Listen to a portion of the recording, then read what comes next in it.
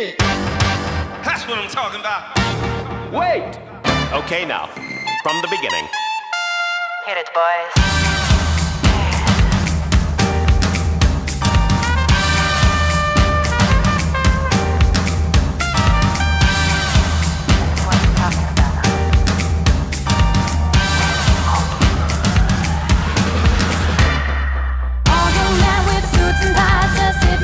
Smoking big cigars. I hope you're ready for what's coming now. I'm the one, I'm the lady that will bring it down.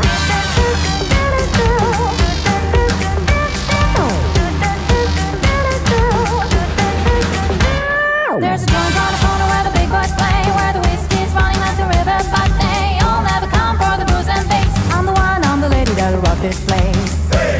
That'll rock this place. That'll rock this place.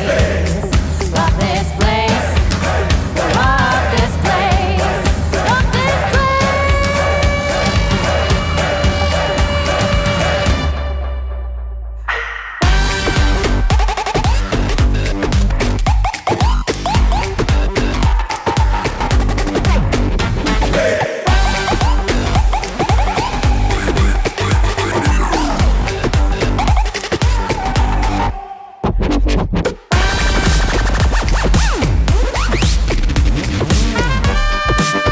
Okay, now, from the beginning.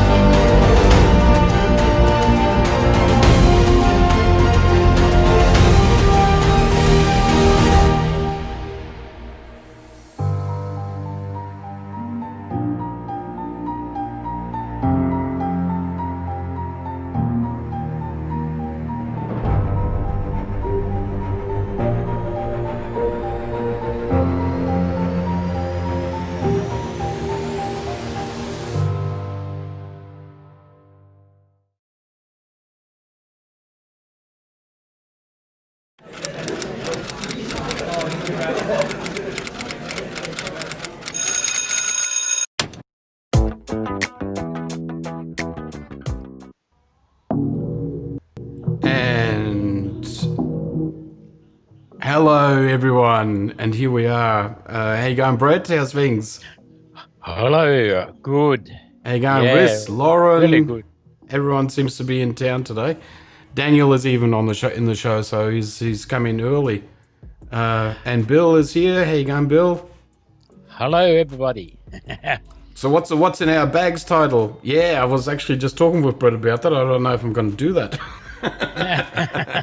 But Brett is probably going to show us some stuff and all that. So we'll see. We'll see how we go time-wise, because I wasn't...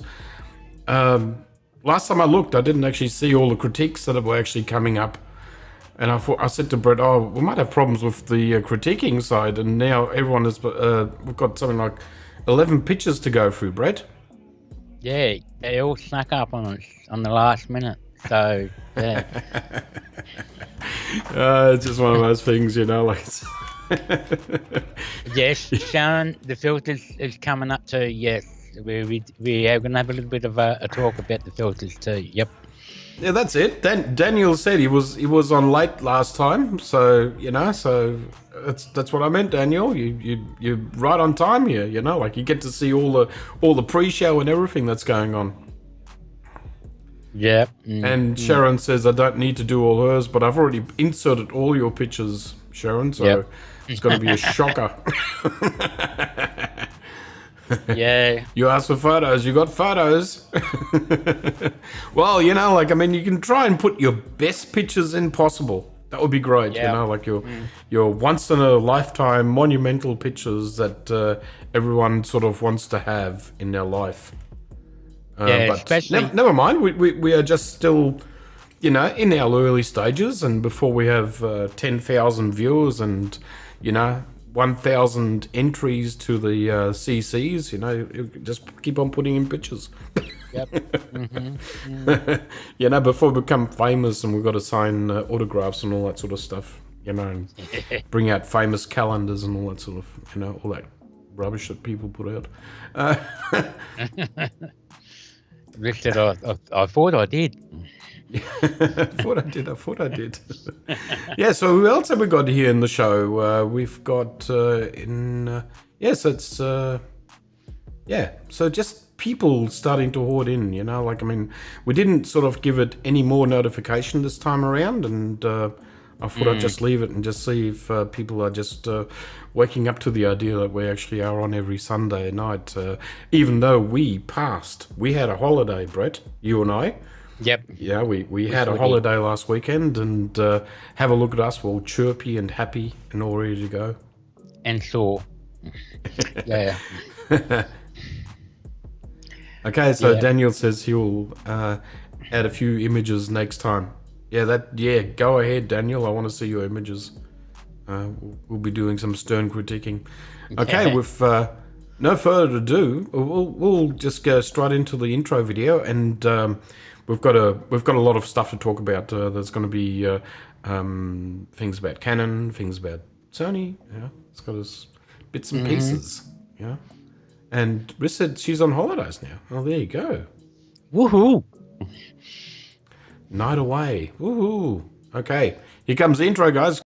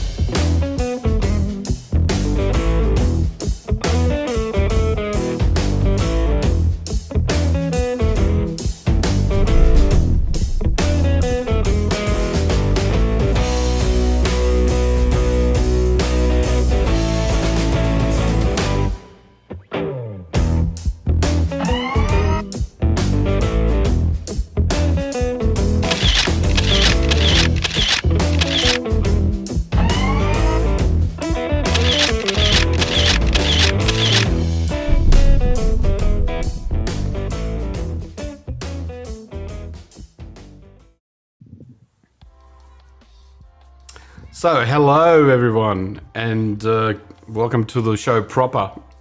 How you going, Brett? How are you again? Good. We're back.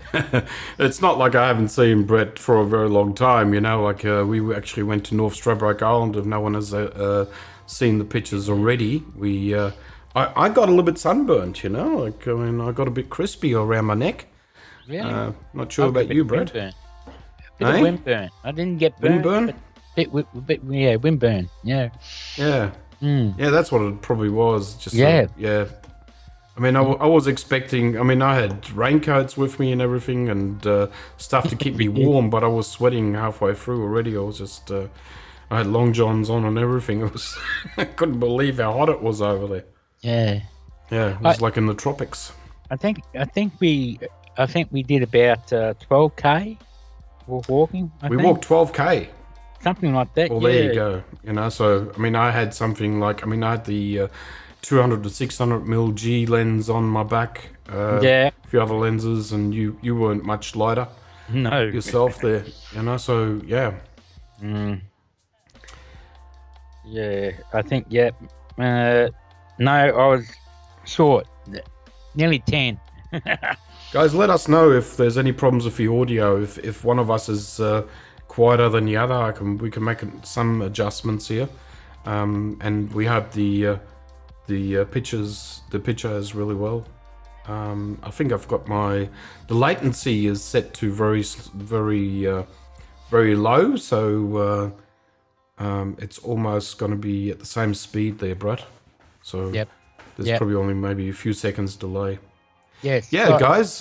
we did use public transport, and I'm going to discuss about that too later on the show too.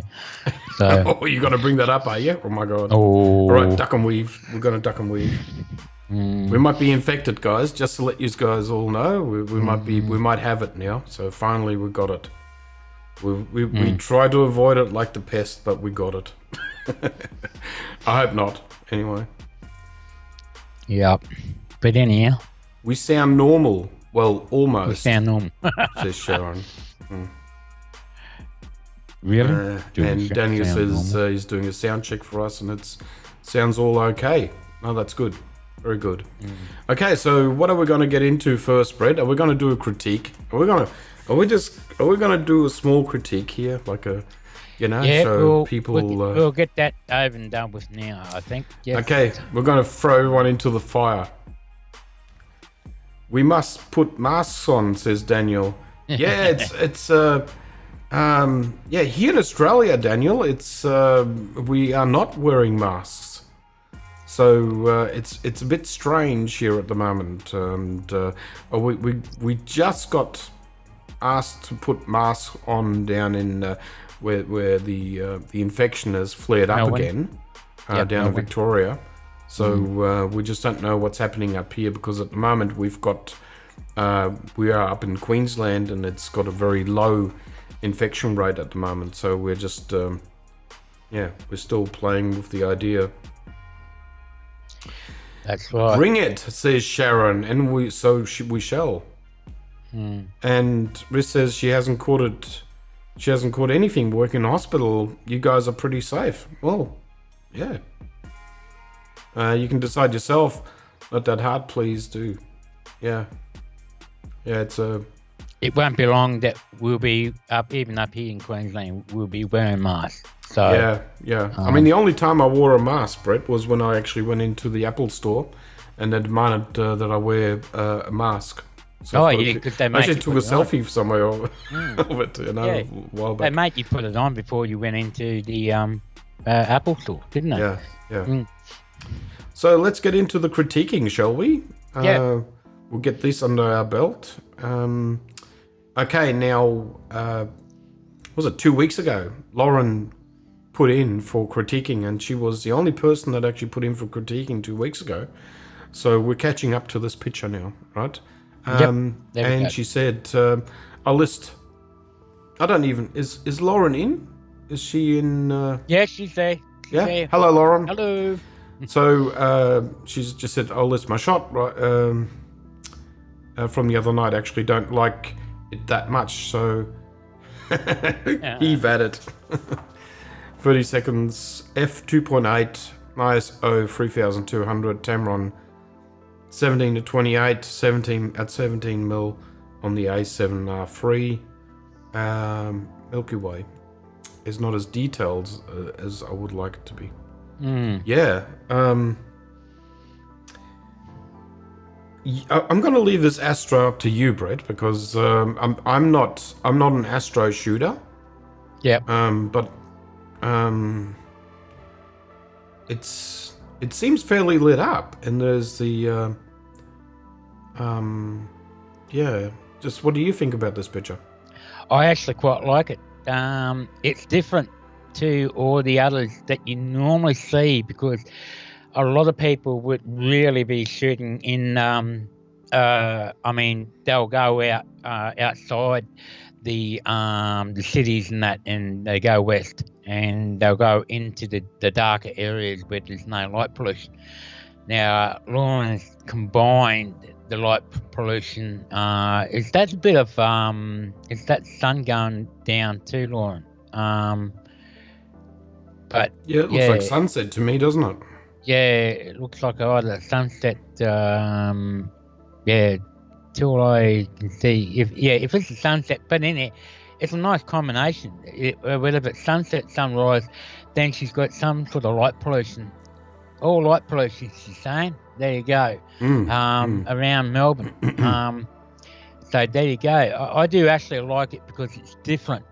A lot of Astro ones, I just see a lot of dark foreground, and you just make out the trees and the infinity at the back of the photo, and then you get your galaxy, your Milky Way, and usually quite dark. But I like what she did. It's almost like she blended two images into one. But I somehow, I'm thinking about something to critique on this, but I can't really see anything. I mean, I love the leading lines, not just from the pathway, but even the Milky Way is a leading line. And it even, like, the clouds lead into the light pollution, which is... Yeah, I find it fine. Maybe just to the left, that up on the horizon, there's that building. Yeah. Just that little bit hanging out. Maybe I would crop that down just that touch. Yeah. Oh, I just feel like it's sort of like a dam or a lake, or a river. Yeah, it looks like a dam there. Yeah. Yeah. But it would have been very interesting if she had any chance to go in front of, had that water body in front of her, and get the reflection back off the Milky Way, and because that water is really, really smooth and reflective. So yeah, it's a dam. Daniel just said he's got all these light pollution with greenhouses running in his part of the world. So that's interesting. And another thing is too, and like I always speak about, when anybody's doing nighttime photography, whether it's Astro or Eden City, I love seeing sky at nighttime. And she's got that in here too, and she's framed it up well because she's got the Milky Way sort of. It's like the sky, the clouds sort of opened that up, and where it's like it's almost parted the clouds in that V shape there. So yeah, it's keeping my eye looking at it, and the light pollution is not too much distracting, but I don't know, I find it pleasing, even the cloud movement. Yep. You know, I find it I don't think this is a bad shot at all. No. Warren, I don't know where you're coming from. I think it's a damn Mamesbury Reservoir, she says. Yeah. The thing I would do more is actually bring out the colour a bit more in the Milky Way, and might sort of darken up the top a bit more, and bring the stars, individual stars. Turn the stars into your hero. Yeah. So and just bring that Milky Way out more than the landscape itself. So but good job. Yeah, I mean, you could always try and run an ND and reverse the ND, so you actually got like an ND filter inside Lightroom, and then just bring that down from the top down, and reverse it, and actually use it for brightening up the stars a little bit. Perhaps that's what I would probably. I'll probably give it a go. You know, having a go. I would love to see more reds and purple in the Milky Way. So, and to really put some contrast in there. Put more contrast and some more punchy colours. So, Yeah, so Daniel says make different versions. Riz That's says she exactly. loves the colours. Nice leading lines from Sharon.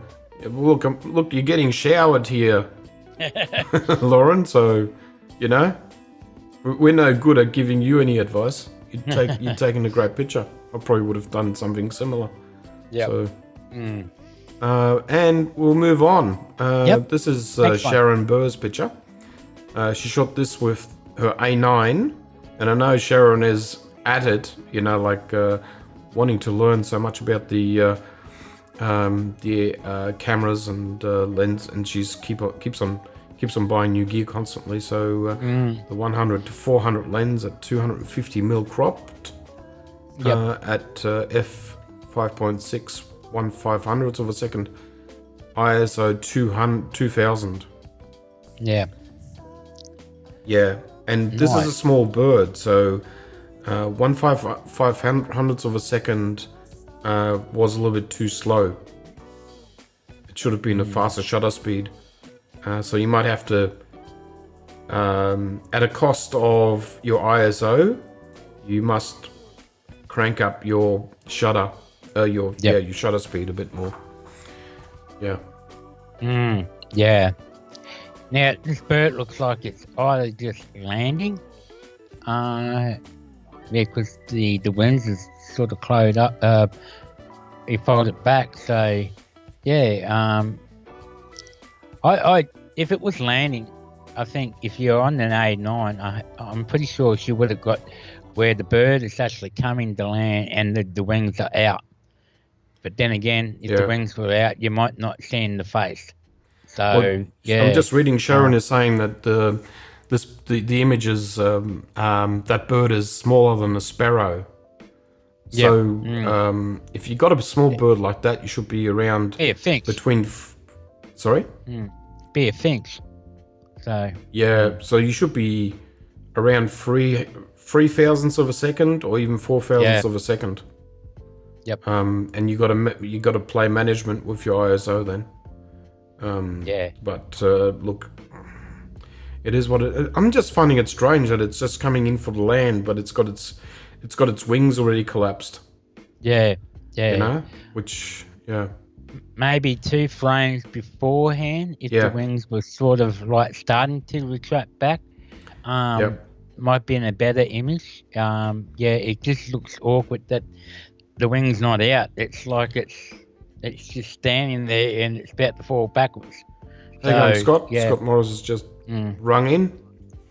Hey, handheld or tripod? That's the question. Well, Sharon. But the thing is, I mean, I'm looking at the rocks at the wall there, and it is not too bad. It's I think it was handheld. Yeah, handheld, she's saying. Yep.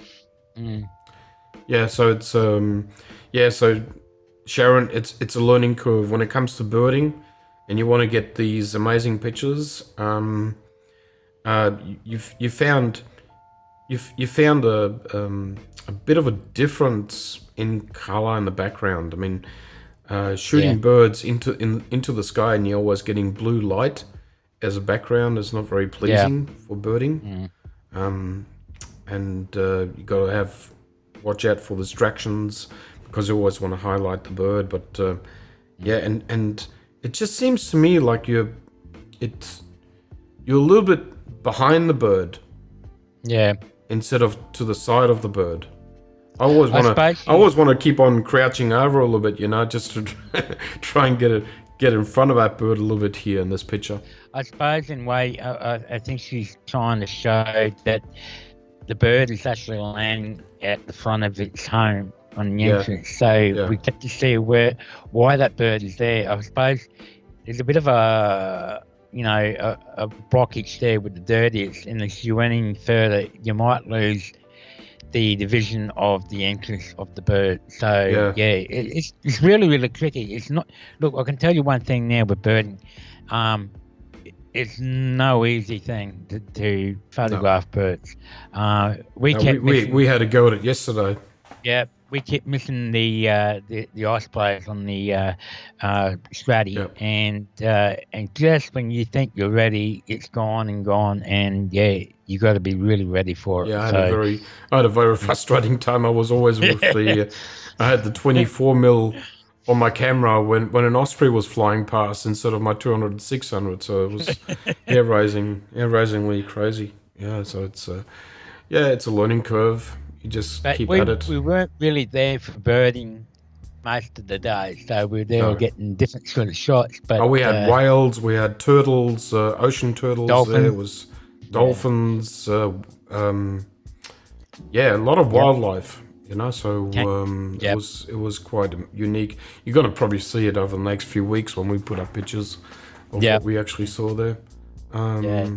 But anyhow, but, Sharon, keep going. Yeah, Keep at it, Sharon. That's Yep. all I'm saying. Like yeah, getting the focus right on a bird that's flying into that hole is going to be really difficult unless you keep on trying, because this bird is building, obviously it's building a nest, because that's not food in its beak, that's actually some building material. yeah. So like you can take a shot and then look at your shot and see if it's in focus or not, and then make slight adjustments. I mean, I wouldn't. I don't know at this entry point. I don't know if I would have it set to auto.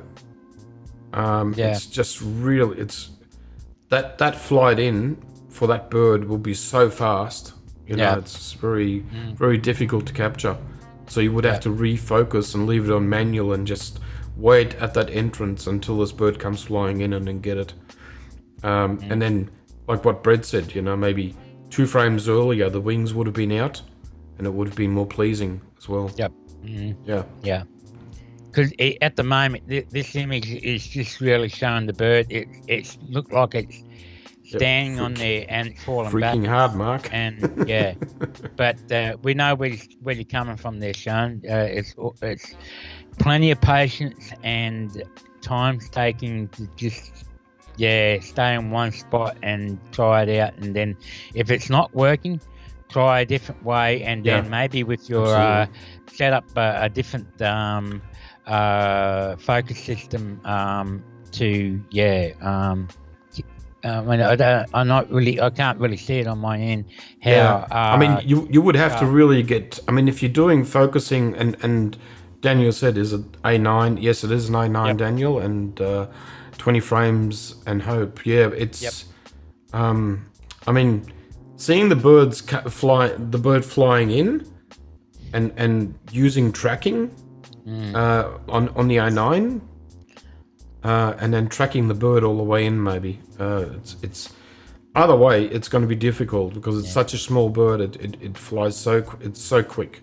Put it this way, she's got the right camera to do the right job anyhow. So 5 hours of sitting. Well, you need a good chair or a lounge chair to actually sit there that long. Yep. Anyhow, I think we'll move on to the next one. Well, worthwhile talking about. So this is Sharon's granddaughter. There you go. And it was shot again with the A9, 90mm macro, ISO 640, f8, 1/100th of a second. And that's a very nice picture, isn't it, Brad? Yeah. This striking me a bit too warm. The colour was just a bit off for me, I think. I'm not sure if natural light. I suppose it's natural light, but I mean, look, in portraits I do like warm, but I don't like to be too warm. Where the yellows start to get too yellow. I like some sort of see, when I do some skin corrections, I do actually go into the yellow and go to the luminance slider, and just to bring up the highlights of their skin, and that breaks through the yellow. So that's the only thing I can suggest in that. You either cool it off just a little bit more, or change the setting. But like I said, I know she's not a huge person for editing and retouching. Yeah. So, but Well, overall, good. Yeah. You know, sometimes you need to try a few images like this, and it's a bit like a model shoot, right? Yep. So you, I don't know if I would have, Sharon, this is your mother, yes, and I would have probably asked her to look down at the baby, and it would have made that the picture more interesting, because it would have created a line to the baby, like where your mother is looking at the baby, and then the baby is looking back at us, so it creates this triangle of so it's a leading line into the baby. Yeah. So it reinforces the baby, which could have been another shot. I mean, I'm not saying this is a bad picture or anything, and your mother looking into the camera is okay as well. Yeah. Yep. Yeah, I can't say anything about baby pictures. The only thing I would do is your mother's sort of leaning out of frame. If baby was leaning back into the frame, like getting the head back in. So if the heads were a bit closer again, and she was straight up and down. I know everything's not perfect, but and it's usually it's something you just got to think of. Are you going to shoot Canon shots, or are you going to shoot portraits that set up? But that's the difference. I mean, I like Canon shots, and I like portrait shoots where it's deliberately done. It really comes down to the photographer, what they're really aiming for in that scenario. Exactly. Yeah. And again, we spoke about this last time. Just you got to watch your background. And again, when you see the head end of the couch running through your mum's through the middle of her head, you got to be careful with that. You don't do that because it's sort of like it's cutting into your mum's head. So you got to be, you got to find a better background, I guess. I agree with you there, Sharon. But I'm pretty sure the baby was more easier to shoot. It's never. That's why I said, when it comes to babies, what can you do? Yeah. But I think the baby looking into the camera like that and being all serious, that's a good grab, I think. But at least you got catch lights in their eyes, so that's one of my main concerns when you're doing portraiture. If there's no catch lights in anybody's eyes, the person doesn't look live. So you nailed that one. Yeah, so, yeah. Well, I think you've done the best you can, but again, it's always all about, like, if you want to become really serious about the photography work, then we're just here to give you advice and the critique, and it's never a wrong. When you got a baby in the picture, it's never wrong. So you can't really bomb a baby out. But again, like I would just certainly look at your mum's head moving in a little bit. It's like the baby is only going to sit still for so and so long. Yeah. So it's just getting that moment right. Yeah. That's what it's all about. Mm-hmm. Okay. And let's have a look at the next image. Okay, Sharon. Another one of yours, Sharon. A fly. Now, the reason why I included this in the CC is the shadow. See the shadow of the wing there on the right-hand side, Brett? It's been cut off. Mm-hmm. Yep. I would probably try and... You should have kept that tip in. And then I would have maybe... I would have tried to bring that shadow up a little bit more. And it's... Yeah, you need to get the... You need always get the eye in focus. Doesn't matter if it's an insect or or a living person. Doesn't matter what creature it is. It's always about the eye. You know, that's the first thing humans look at. You know, and if that's not sharp, then you are in trouble. And I think the focus was on either on the back hairs of the body or somewhere in between. It's just like it was shot at f9, 1/5000th of a second, ISO 1000. You sure that's one ISO 1000, Sharon? Not 100% sure about that. Don't forget this is the A9 too, because you can push that shutter speed up to 32. So she could have got it. It looked like a really bright day too. So yeah, I mean, to me, it's more about getting the focus on the eyes. She's got a typo. Yeah. 100. Yeah. Nice. So yeah. Yeah. So it's the eye sharpening and the wing tip. Just make sure all that is included in the image, because you've got a beautiful shadow of the fly underneath. Just a shame that tip was cut off. Yeah. The other thing I would have done is, yes, I agree with Mark. The tip of the back, front of the image of the wing was being cut off. That might have been something that after you realised after you'd taken the shot. If there was more room on that side, and then take more room off on the left side, there's more empty space. So I would move the whole thing over. If there was a choice for her to move over to bring the head of the fly's head more to the left. And then once again, try and keep the focus on the head of the eye. Well, see again, it's when it comes to macro shooting insects. I mean, sometimes you panic and you want to get this quick because it's a fly and you're worried about it flying away. But practice will let you settle down a bit, and you'll actually slow down. If the fly flies away before you've taken the image, it was never meant to be. So rather getting a good picture and get your technique correct, and make sure that everything is included in the image is probably a must do. Yeah. Unless you were going to deliberately try and get as close as you can, if you're going to do more detail of the eye and the head.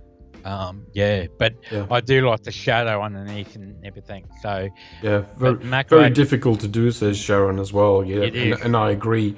You just have to look into the camera and just always look at the frame of the picture. Look at the outside of the image before you take the picture, and make sure. Ask yourself: is everything included?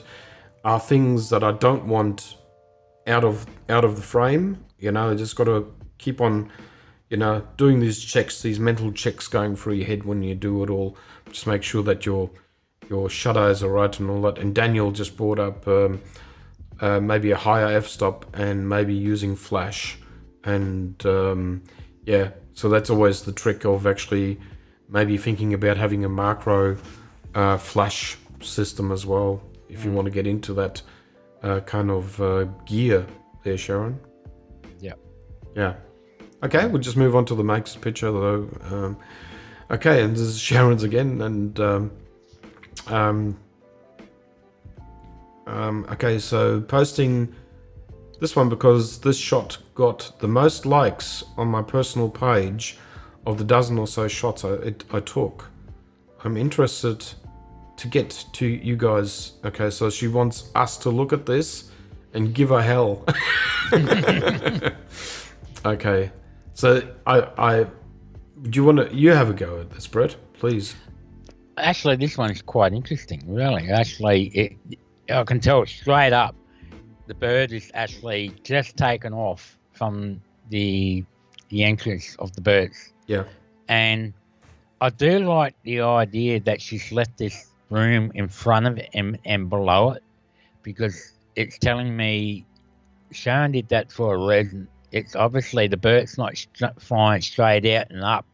It's sort of flying down and more, if I'm correct. That's what I'm getting from this photo. Well, the bird has to fall down first because Yep. it can't open its wings until it comes out of a hole, so the gravity will pull it down first before it can actually get air under its wings. Yeah, but that's where I was getting to my point. This is an action shot, and but yeah, I mean, I don't think there's really much more you can do with the shot. I think she's got the empty space down below. That's right, because it's like a leading line with the sand or whatever the dirt is. It's like a leading line up to the bird. Yeah. From the left corner up, as well. But you can tell that the path flight from there is obviously the bird is going to drop down a bit before it actually elevates again. Yep, exactly. Yeah. So other than that, because this is repetitive behavior, the bird going into the hole and coming back out because it's obviously nesting. There should be more chances of you actually being able to get a shot. It's just a matter of waiting. And I know you sat there for 5 hours. Yeah. And sometimes that's the biggest thing that you have to do as a wildlife photographer is basically sitting there and waiting for the right moment to shoot. Yep. The other thing I would like to see about 2 or 3 frames after, when the wings are either fully out, up or down, and just in comparison to that shot. Did you shoot this in continuous, Sharon? Just let us know, please. High plus. I got 3,500 shots, no kidding. Yeah, so definitely the bird continuous, does look like 20 it's wearing frames. goggles. Do you know the name of this particular bird, Sharon, too? Let us know. I mean, when you're doing this is in general for all viewers here that actually are listening to this. When you're shooting birds or wildlife, like always in the comment box, it's always good to leave some details about the bird and exactly what species the bird is. There you go. She's put it up. Yep, continuous, yes. Yeah. Way too fast. Yeah, it's a tricky one. I mean, as soon as they come out of a hole, they don't wait for you to focus or anything. They just they just fly out of there because they don't want to be seen by the enemies. Sure. What's that, Brett? She's put the name of the bird up. I can't actually pronounce it, really. Striated pardalote. Sorry. Striated pardalote. Okay, I've never seen this bird before, so I don't know too much about it. That it actually, as such, I have never seen a bird coming out of a nesting in a hole. I've never seen that behaviour. Oh, we have a lot of them around here. If you got a lot of obviously that erosion that's fallen away, or a pile of big dirt and that, and they'll find loose material, and they'll dig a hole in the side. And So you, like this the bird. This is another trick, Sharon, and I use this trick sometimes. People don't know that the hole is on the right hand side, and it doesn't have to be correct. Okay, so when people read, they read from left to right, like in the Western world. And when you look at this picture, it might not be as pleasing because the bird is flying from right to left. And if you reverse the image like mirror the image so that the bird is coming from the left and going to the right. To the right. It might actually be more pleasing. I'm just saying, but it could this could also work. I'm not 100% sure, but you could maybe try that and mirror the image and just see if that looks any better. And so you would have to be a standalone picture, or you've got to mirror all the pictures that you present, obviously. But people won't know that the hole was on the other side, or the wool was on the right-hand side instead of the left-hand side. But yeah, just remember that people read from the left to the right in the Western world, and so if you got even if you got models, if you're doing model shooting or whatever kind of shooting you're doing, a car, if a car is pointing from the left going to the right, it is more pleasing than from the right going to the left. But I can also be totally wrong, but I've read that and I know that, so I always look at that and always ask myself, should I mirror this picture? And sometimes it actually works. Yeah. So the Chinese will love it. Says Sharon. I'm not saying it's a wrong picture. It's pleasing, it's nice, and you got the angle right. I think the angle is good as well. And the direction of flight, and the bird is looking almost into the lens, so it's with one eye, so it's good. Just got to make sure. Hard to do, make sure that the eye is in focus again. Yep. And I have to agree with you there, Mark. Yeah, about the left and right, and reversing it around and so forth. It's just a pro trick, Sharon. Yep. Maybe blur the rocks, says Daniel. And again, you got to pull the bird out of the background. Yep. And create the hero here. Yeah, the bird is the hero. Yeah, a bit hard in this one because the background is so close behind the bird. But you can sort of get a radio filter and apply it around the bird and actually make it unsharp, and that'll have the same similar effect to sort of blur out the background if you want it to go that far. So yeah, that's what we're here for, Daniel. The flipping ideas. I've got so many. There's always a lot of tricks going on in a pro photographer, and sometimes, like even I have forgotten about these, or I don't talk about them, just simply because there's just too many in the repertoire, and so they only come to the fore when I actually use them, and then I talk about it. Yeah. Yes, Sharon, you need an editing workshop. You do know that Brett and I do one-on-one workshops. So if you want to get in contact with us, we can sort something out for you. I'm really hoping to get mine started this year, but I really don't know what's going to happen. But just because Brett hasn't got one started or is not advertising, doesn't mean that you can't get in contact with him. I'm sure it can be negotiated. I'm pretty sure that I can work one out with you, Sean, and we'll find a date and so forth. But whether or not we'll ever do an editing workshop as a group for a group. I don't know if that's going to really work, but one-on-one, not a problem. Yeah. All right. Okay, so this is Rissa's shot, and if no one could see this, the poor doggy has got the leg pinned all the way. So sadly, I hope this dog is doing well there, Riss.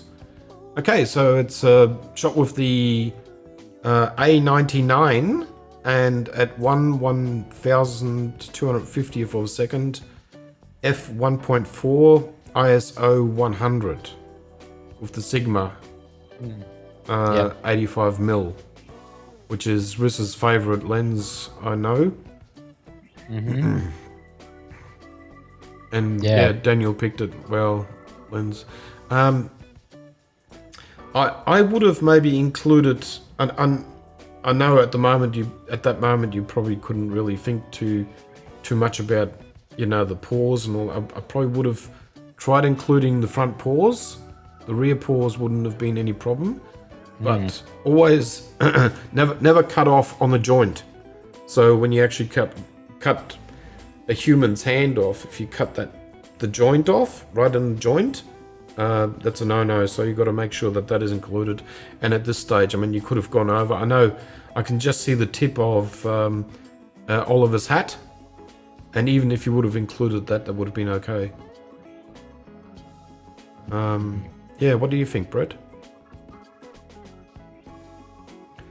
Well, I can't say too much. I think the paw of the pin leg could have been more in the frame, and like the knuckle of the other one, yeah, like you said, that could have been a bit more in.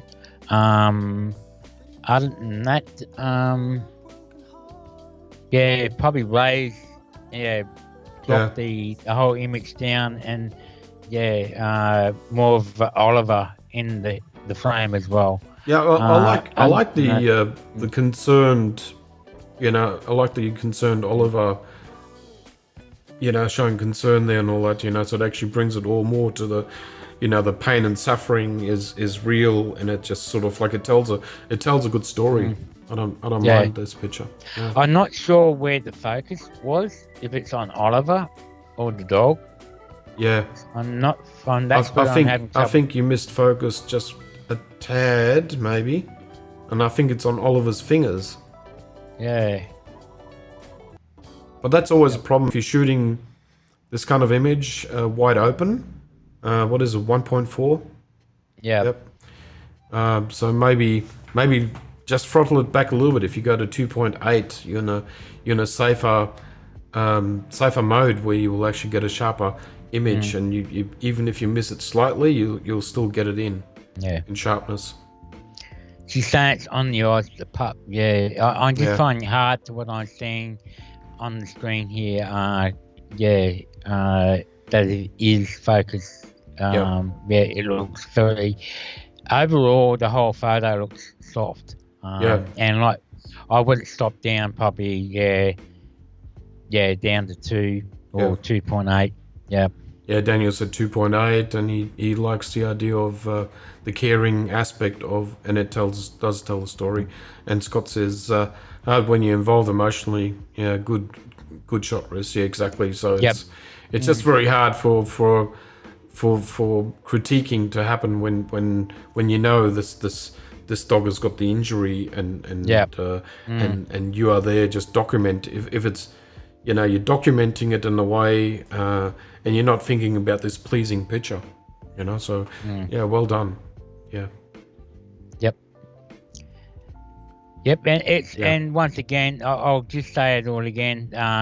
Even though that we giving out CC, it's really also what you've got to remember is when you actually do shoot things, even though that at the time you may not be thinking what you're going to be thinking later on, it might turn out to be your favorite photo, but there was just something that you missed, or something just happened that one little thing just spoiled the whole image, I mean, because we're doing this video on 1080p. Yep.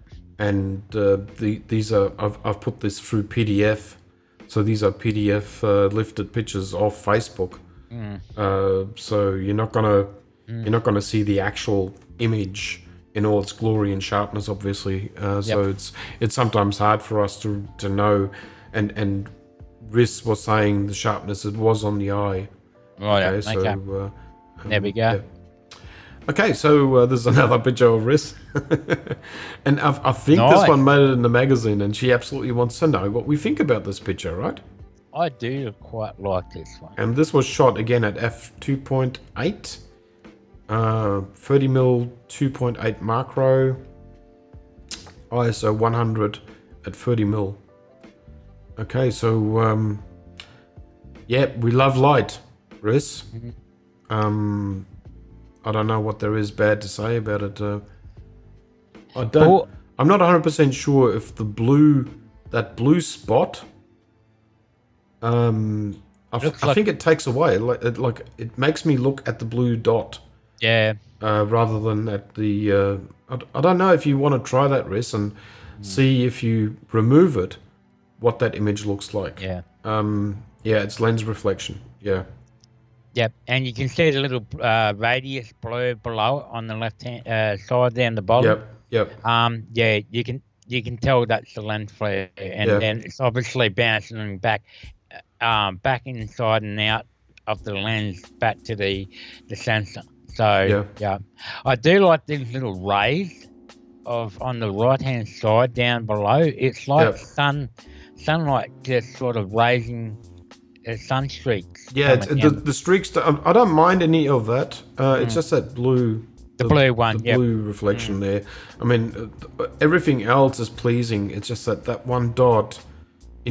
My eye just keeps on wanting to go there, and it just. But apart from that, I mean, you've done the framing really nice. It's you got all these lines going everywhere. Like diagonal lines are very pleasing to humans' eyes, by the way, guys. So if you see anything like lines that actually form a triangle, lines that actually diagonal from one left-hand corner to the right-hand corner, top to bottom, etc. I mean, these lines like that are pleasing. That's what the human eye looks for sometimes. Yeah.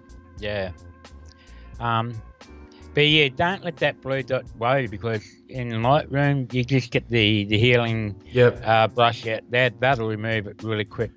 The other one, the bigger one, it's the first flare that pulls the eyes, says Daniel.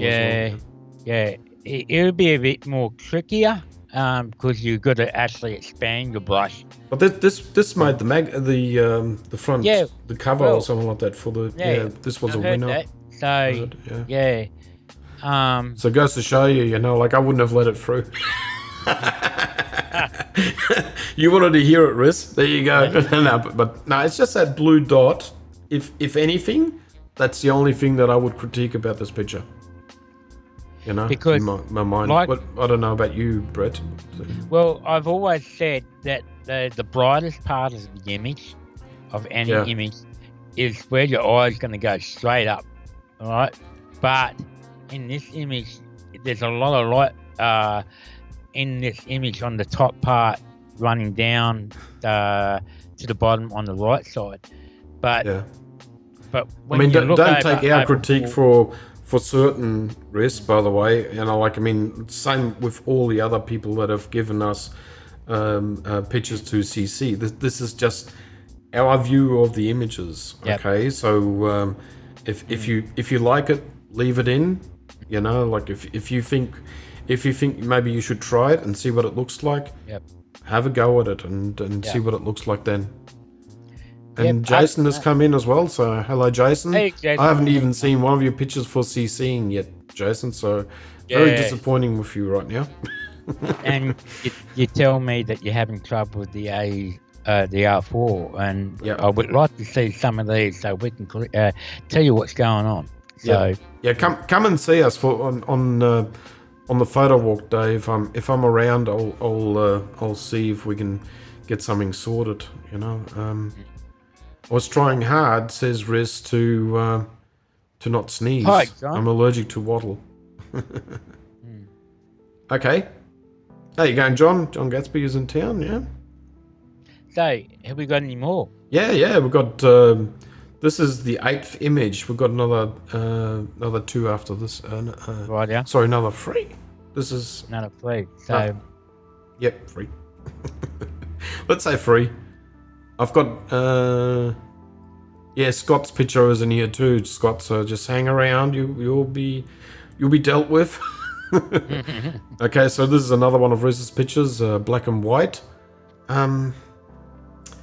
I wish this water drop was a little bit further up instead of just there on that corner. But apart from that, I got nothing more to say. You're always just that little bit out, Riz. What do you think, Brett? I do quite like it. It's a bit abstracty in a way. That's because it's black and white.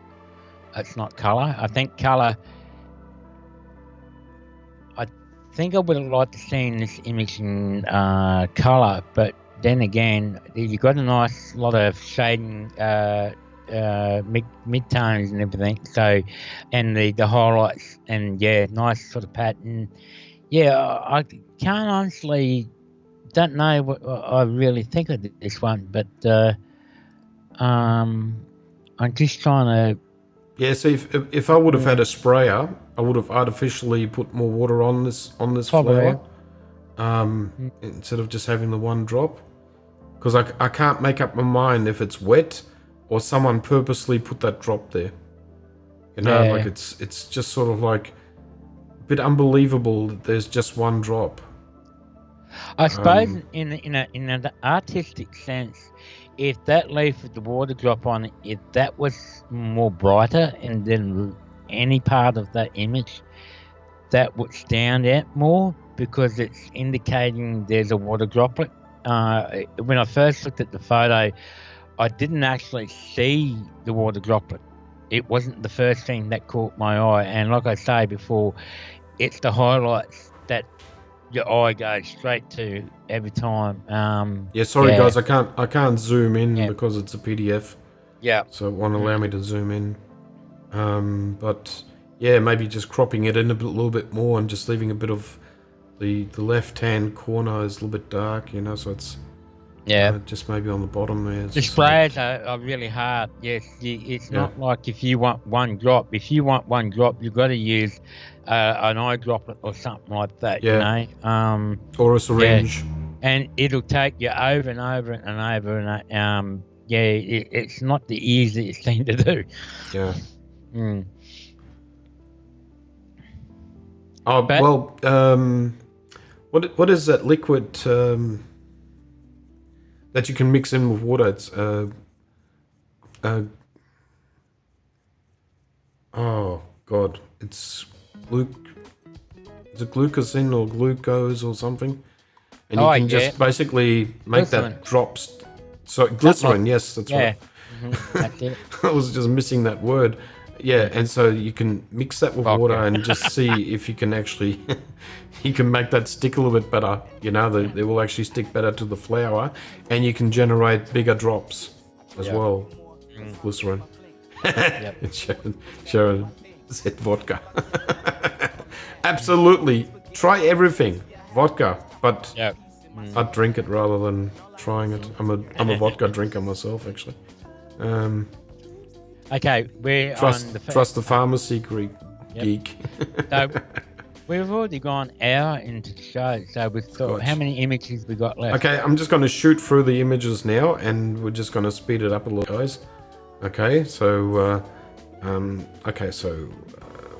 this is Scott Morris's image, shot with the A7R3 Sigma 35 1.4 at f3.2 1/50th of a second ISO 5000. ISO 5000. Okay, I'm going to leave all this up to you now, Brett. I'm going to drink my water. I do like it. I actually do like it. Only thing is, I'm seeing a lot of black and open space. I do like the highlights, well-controlled highlights in the lights and the city lights and stuff like that. Somehow I just would have. I don't know if there was any sky at all, like in clouds. And just my opinion, and you're probably seeing this over and over and over. The things I've done with cityscapes, I look for the light pollution, and if there's a lot of light pollution leaking, lighting up the clouds, if there's any clouds. If there's not, I generally don't like to see top part of the any cityscape that is just black and nothing in it. Even if there's stars, I mean, I can't really tell if there's any stars shining through at the top. But generally, I would try and lift this exposure a bit more. I know it's shot at 5,000, so yeah, I just think it's a tricky one though, because I mean, you nailed the highlights and the detail. I really wish I could really zoom in and have a look to see what's actually going on here. But I've shot this scene many times over myself. And there are times where I've not done a horizontal, I've done a vertical and just concentrate the zigzagging of the boardwalk going through. And well, I guess it really also depends on what he's trying to achieve. Yeah. You know, like everyone wants something different in an image, and sometimes when I do night shooting, I want to achieve a different look to the previous night.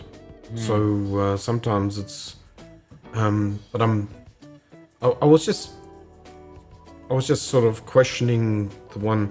Is this all handheld? Yeah, he's saying it was a short exposure to the stars were hard, also handheld. Yeah, there's not much you can do if you're doing handheld. So, but if you were gonna, you can actually bring it down further, Scott. Instead of 1/50th, you can probably go down to what can you bring it down to? 1/30th. Yeah. And then just like adjust the ISO accordingly. Yeah. See, because there's a lot. The dominating feature of this whole image, it's the black, and it's really taken over the whole image. Look, in my opinion, a lot of people sees my images, whether it's daylight or night. I love detail. I love the highlight shadows and you know what, to black. But if I would try to lift this exposure up a bit more to see what happens, but because it's not mine, I would have a play around and see what other versions you can come up with editing. I think it's one of those images that if you're going to show something and showcase the cityscape or whatever, you need the first thing. If the image is not gonna be held to the eyes, the viewer's attention, they're just gonna take one look and then they'll move on. You've got to try and create some sort of holding power for the viewer to continue on. Can I just bring this up quickly, Brett? Yep. Sharon just said 1/30th and stop breathing. Don't stop breathing, Sharon. Like you, it's a bit of a.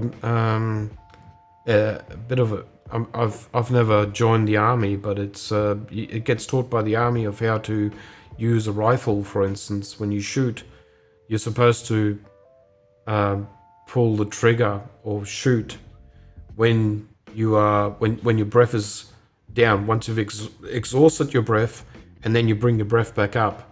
Yep. That's when it goes down and then back up. Just when it's down, you don't hold your breath, but like you breathe normally, right? But when you're down, that's when you pull the trigger and then you come back up again to take a breath. Okay, so it's infallible holding your breath. Like if you're holding your breath, you will actually shake more. Yep. Believe it or not. Yeah. And Scott, yes, I can understand what you're saying. I was testing the A73 handheld. I often prefer darken image and blow out. Look, I can appreciate what you're saying and what you're going off and that. And there's no right and wrong. To me, I just like the light. Any photography that you do, the light's very important, and without light, you have no image. And I'm just seeing that the black and the emptiness of the black is too empty. It sort of reminds me you got of too much empty space. Yeah, it sort of reminds me like Gotham City. and I'm getting that feel. Oh, of that's the what city. Scott. Are you Yeah. a Batman? Are you Yeah, Batman? so, You like Batman? but other than that, mate, look, Yeah. I mean, if you're happy with that shot, Yeah. I mean, yeah, I think I seen it. You posted it, and then there was a few people that liked it and commenting on it. So Yeah. people are liking it, and if people are liking it, well, that's all that matters. Yeah, and exactly. it comes down to you in the end. I mean, you it's know? just practicing, and also, if you like it, you like it, and maybe just take on the same shot. Maybe just make adjustments on your camera, and just try and shoot, a little bit different with different settings, and just see what it comes out like. So you got options when you bring it back into your editing and into Lightroom. But yeah. if you like it, that's all what counts at the end. Yeah. Okay, so I'm just going to move on Okay. to the next picture. Thanks for your submission, Scott. Yeah, and thanks, there's another Scott. one of Scott. And this is more architectural. Okay, what I'm seeing straight away, eyes drawing straight away to the shadow in the center of the plaza. I'm not sure if it's supposed to be there or not. I don't know. There's just too much happening. There's too many lines going away from the central point. Like the stairs are there on the side. Then you got the benches that are lines. You got the rooftop there, the purple rooftop, and this part here in the front. There's no focal point. I do quite like this. There's a lot of leading lines going on here, and I have to agree with Daniel because it's sort of making you. It's holding my attention, put it that way, and it's making me look around. Yeah. But I sort of understand what Mark's saying too. There's no focal point. There's really no subject that's sort of standing out. But I can understand where Scott's saying in here. It's the leading lines, like instead of painted line going across diagonally from the left, and then you got the bench seats, then you got the stairs going up, and then there's this big diagonal bracing, and then plus it's an interesting shot. So Yeah. I quite like it. Yeah. And if anything, I would want to know what's behind this. What is the story you convey behind this? Like, I mean, it has to have a story behind it. Because I'm looking at what I'm looking at, and I mean, this is just a picture taken out of a moment of a walk around in the city. I do sort of like is that like those Chinese sort of light lanterns up there in the restaurant? I'm seeing more of that, and maybe that's the feature. Well, that's reflection up there. Is it reflection? Oh, okay. Yeah, that's reflection on the rooftop. I don't know where the light is. It's not telling me where the light is coming from, but yeah. But Scott can probably mention where it is. Yeah. Yeah. Okay. Yeah. Just, I mean, I'm waiting for an explanation. What attracted you to this, Scott? That's what and it's just really, I don't know. Okay. Okay, so Scott says he was concentrating on the people walking down the stairs and really see what there was, that there was so much happening. Yeah. Okay. Definitely too much happening in the shot.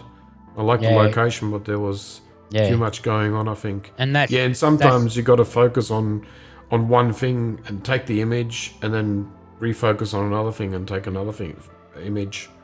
I suppose if you look at all the leading lines, it sort of does lead to those people that coming down the stairs, but it does make the image sort of makes my eyes sort of wandering around the image to find something that So just remember when you're dealing with a lot of leading lines or even things that's so busy, you got to try and simplify it in a way that your viewer is going to immediately go to the point that your subject is in the shot. So other than that, that's all I'm going to leave it. But I mean, look, in a lot of ways, I do like it myself. So yeah. Okay, so we'll just sorry about the dinging noise. Thanks, Jason, for all the images that you're sending me. Yeah. Okay. I was wondering whether that was. Yeah. And the blasted drop is driving wrist bonkers right now. Okay. And Right. Scott said thanks guys. So yeah, look, I mean, it's just a matter of just keep on taking images, reviewing your images, and shoot again. Think about your reviews, like your own critique of what you saw and what you thought was wrong, and then just go again and again and again, year in, year out, until you master it. It's Yep. Okay, and this is another one of Scott. I'm just having a drink water, Brett. Yep. I'm just waiting to come up on my screen. Okay, so Ooh, okay. yeah. Yeah. Okay. Yeah. Yeah. I'm just trying to take in a bit on here. Obviously, another high ISO shot and quick, because there's no smoothness in the water and that, so I can understand. And I can't read the details. This is Okay, so it's a shot at yeah. 6400 A6400. Yep. Sony 18 to 35, f3.5 to 5.6 at 31mm 5.6, 1/60th of a second, ISO 100. I think because of the yellow of the sunset and that, I would have probably made the grayer and lighter part of the sky, and probably cool it down a bit, because blue and orange, yellow, they complement one another, and I would have added a bit more blue into the shadows, because it's silhouette. I would like to see a bit more blue into the shadows underneath. And probably would have moved the negative space on the right hand side and moved those buildings just a bit more closer to near the edge, and bring more the bridge on the other side. Yeah. But then again, I mean, these are only ideas. I'm not saying they're right or they're wrong. I would like to see the horizontal version, and you might have had a better of the whole bridge, and instead of just in a portrait mode. What do you think, Mark? Yeah, I'm just trying to work out if the right hand side, if you would have cropped it down a little bit, just along the right hand side, so you would have been basically just taking a bit of the water out, a bit of the sky, and a little bit more out of the right hand side, just to balance the picture more. And also, is that high-rise building slightly out, not straight? I don't know. No, I think it's a little bit. It's leaning to the right a little bit, so it could be a rotational thing, just a little. I think it's just maybe 1 or 2 degrees out. So you might want to rotate that a little bit, Scott. And again, you know, you like the dark images, but you've set the images so dark that you can't see any definition in the tree on the right, on the left hand side center. There's just no, it's gone so dark, there's no definition there, so it's very hard to make out that these are actually trees. Yeah. The only thing I would add to that, what Mark was just saying, you've got to be careful with the blacks. If they go underexposed or there's no detail. When it comes to printing, the printer will have a hard time trying to print that. It'll be just black. Yeah. So sometimes when if you look at how would I say, a printing value, you got to get some sort of information for the printer to dot down on the paper. If it's just black, it'll just look like a blob, if you know what I mean. So, but this is looking at a printing thing. Yeah. A lot of people are not looking at the printing side, but in my mind, when I look at images, I'm thinking also too of printing, and I've got to know, have I gone too far under exposure in the shadows and the blacks? So it's just you know, like, I mean, sometimes cities look even better when it's dark. I know you saw the sunset and the orange in the background, but there are no lights on in the high-rise buildings. It's always a balancing act to get that right and that right, you know. Like, I mean, if you had this if you would have shot this on a tripod and you had this, I would have taken this shot and then I would have waited for the lights to come on, and I would have taken another shot, and then actually I would have layered that in Photoshop if you want to have a go at this sort of work, and layering in the lights or something like that. So that brings it out a little bit more. But then, you know, like, I mean, it's not stuff that you do in the camera. It's stuff that you have to do in Lightroom, etc. I heard at Olympus cameras do that sort of stuff, you know, where you can actually in camera where the actual lights can come. You leave it running, and it's got a certain setting in Olympus cameras where you leave it on and it doesn't blow out the lights that are already there, but it just adds the lights that come into the picture. So it's really interesting. Yeah. Shame Olympus is what's happened to Olympus. Yeah. Okay, Brett. So this is it. So I hope everyone enjoyed the critique, and thanks everybody. We're always hoping, guys, that we get to see more pictures and more critiquing can be done. Yeah. Yeah. Now, Brett, and sorry. I just hope that what we had to say on the images that is giving people some ideas and a different view to what we see. So yeah. Yeah, so Brett, Scott just said thanks for the feedback.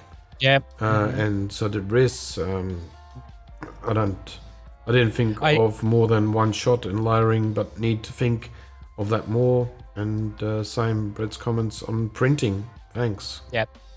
Yeah, I just thought I'd add that in and let you know, because down the track, you know, you might get someone that really loves your image and they want to buy it.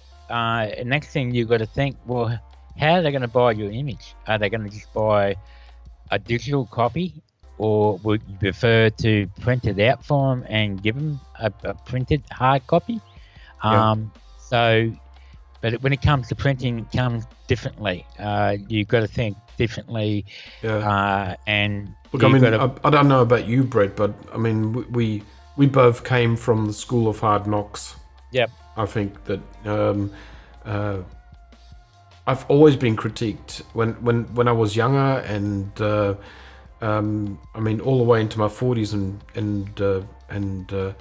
well, I'm 40 years old right now, so I'm not going to go any further. But But like critiquing is the best thing that can happen to you when you go through life when it comes to images, because a lot of the things that you don't see get picked up in critiquing by other people, and it's always great to get good honest people to look at your images and tell you straight out, and that don't want to flower things like, oh my god, I love this shot, but in reality there are a lot of problems with the shot.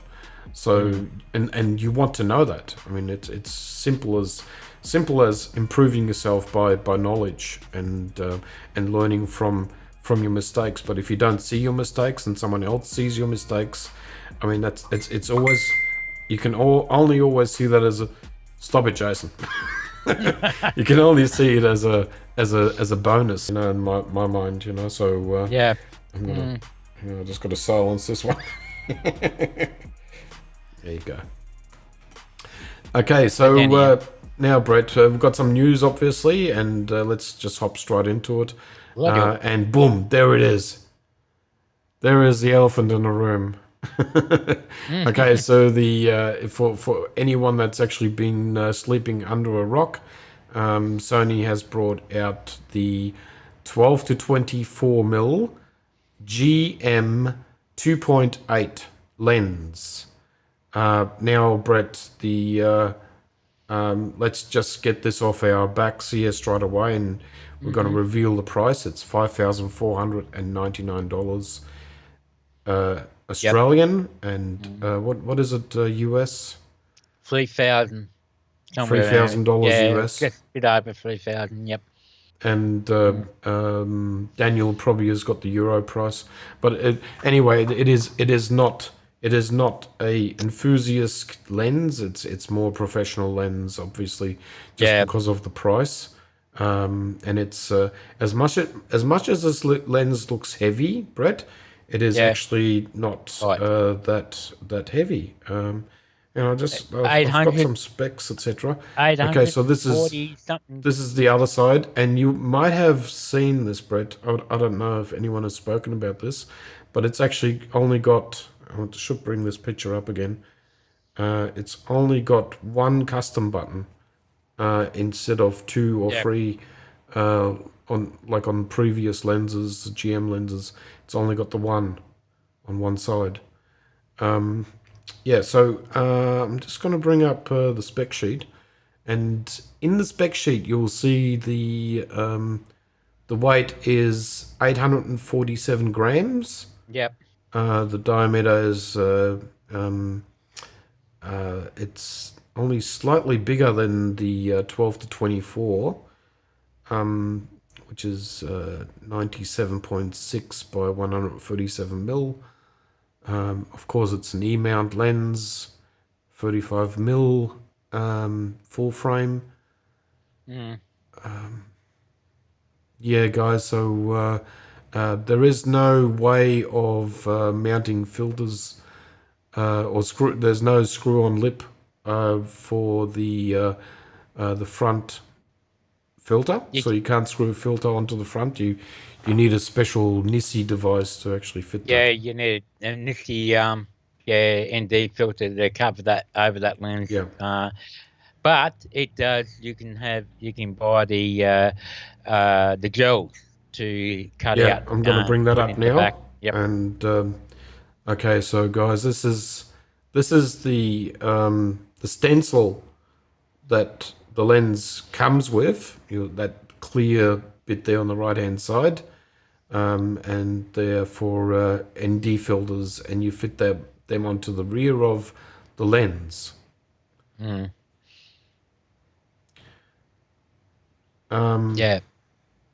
Daniel just said it's 3,200. So can lift us up a little bit. Euro. 3,299 euro. Nice. Yes. Yeah. It still sounds like it's cheaper than us. It's a scary. $5,000, It's a scary option. Okay, now and also, Brett, you said you found some sheets that you can use for ND. Because they're currently not available directly from Sony. No, nothing from Sony. You'll get as you say, the sort of stencil cutout, or stencil that you can use that as a template. But fast one I've seen so far is made by Lee Filters, and they sell the gel. You are looking at $133 for, I think it was it 7 meters by?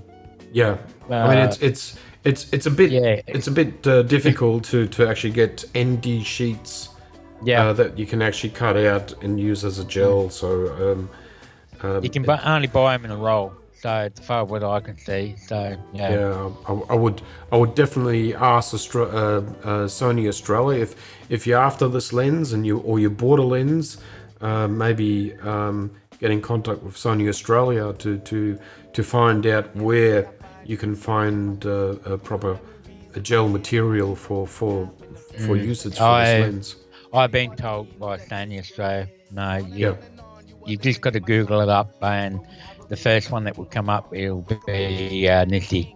So it's just strange that they actually supply a stencil and they don't. They haven't got any supplier. Okay, anyway, we'll just move on. Yeah. Look, put it this way: if you go for either the gel way or buying the Nissi ND filter kit, which is huge, by the way, to get it. A special one to fit over this particular lens. It's costly in both ways. It's probably more costly to go to Nissi external than the gels. But it is costly. Yeah. Unfortunately. Yeah.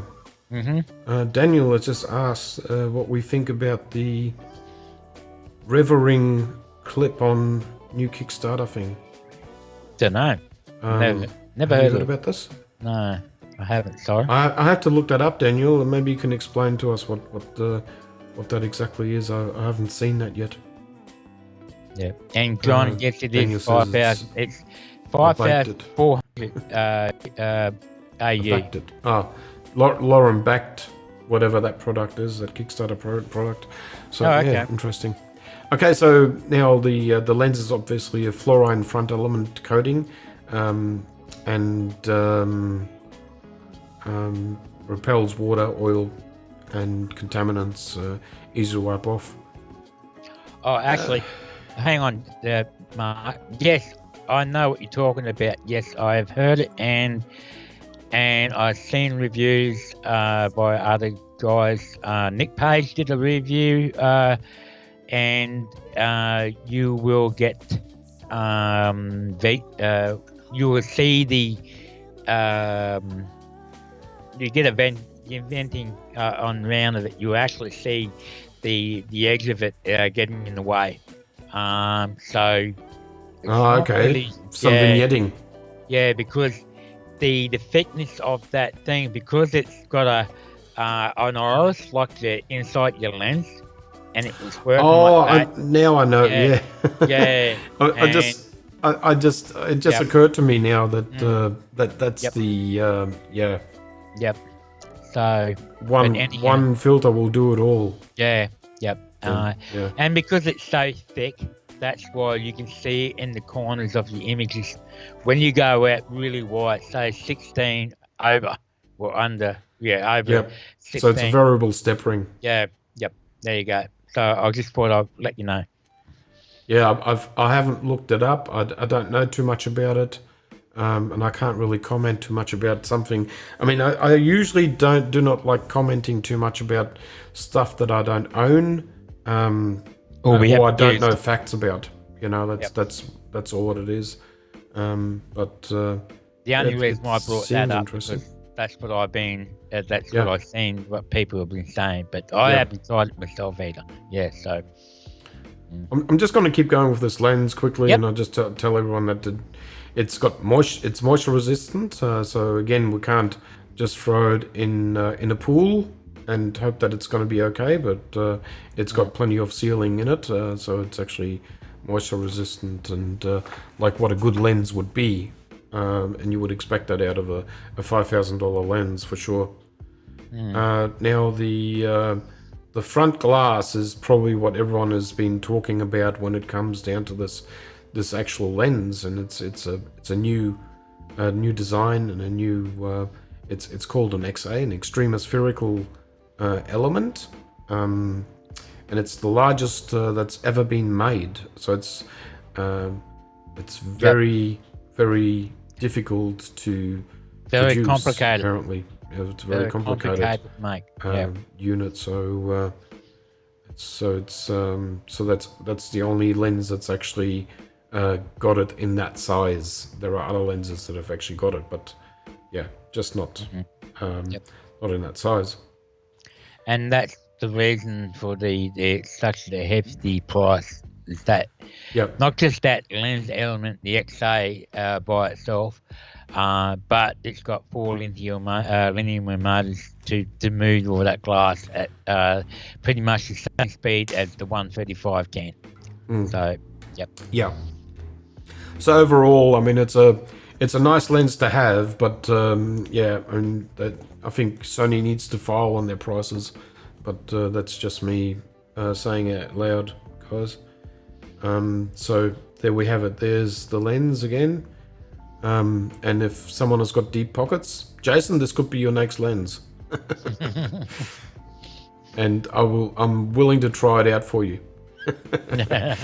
Okay. Now let's move on. Let's have a look at what Canon has announced.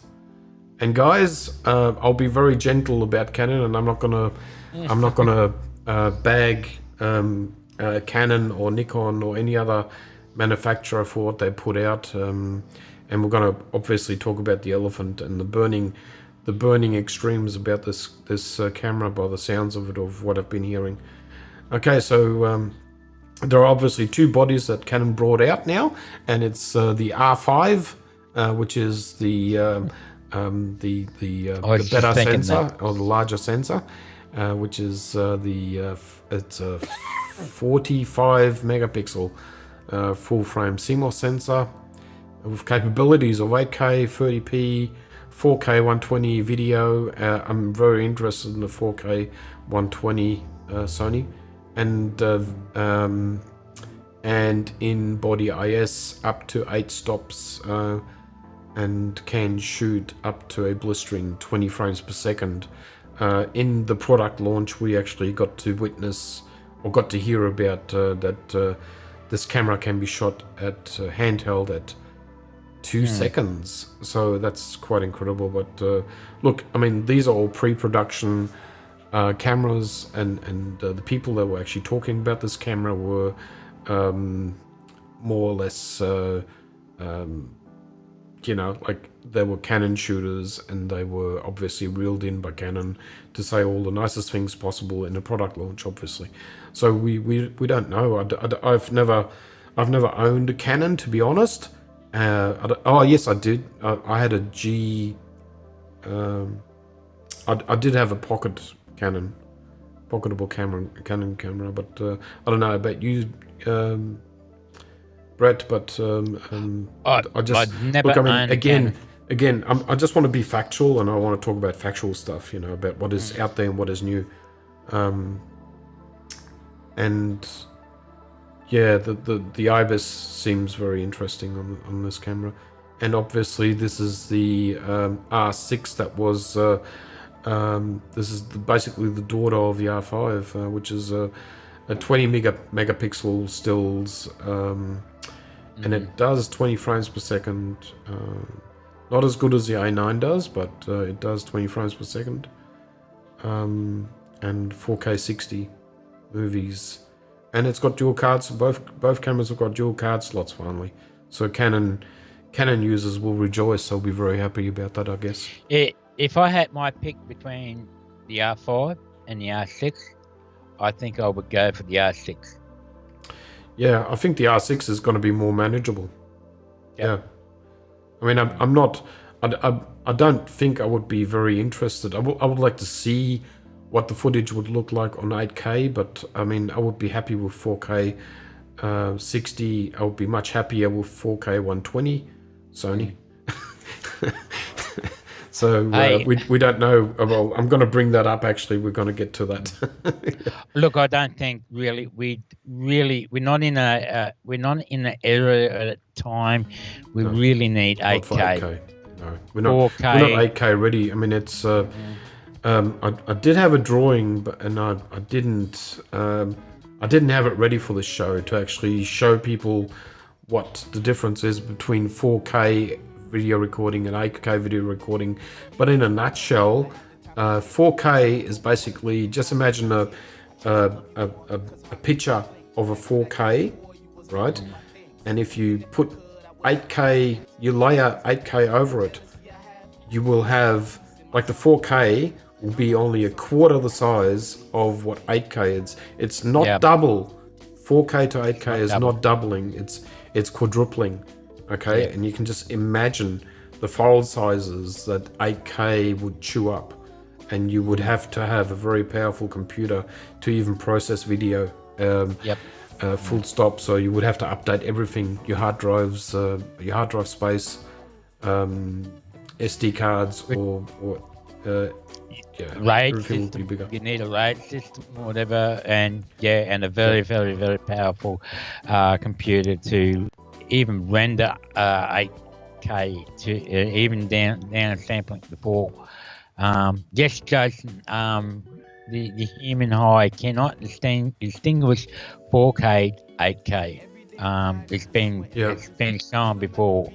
Well, as Daniel said, Canon has not resolved the rolling shutter, and that's something that they could not fix.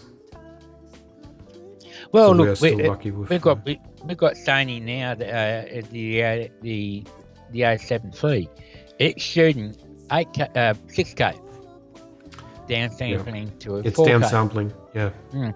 I mean, So, let's hope that Sony can open up the can a little bit more. And they obviously are protecting the video range, and if people know the FX9 video camera, it's a high-end professional video camera that's it shoots 6K,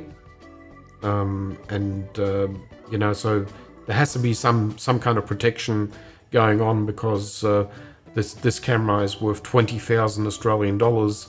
You cannot force that into a $4,000 camera. Like, there's no that it wouldn't make any sense from the seller's point. Yeah.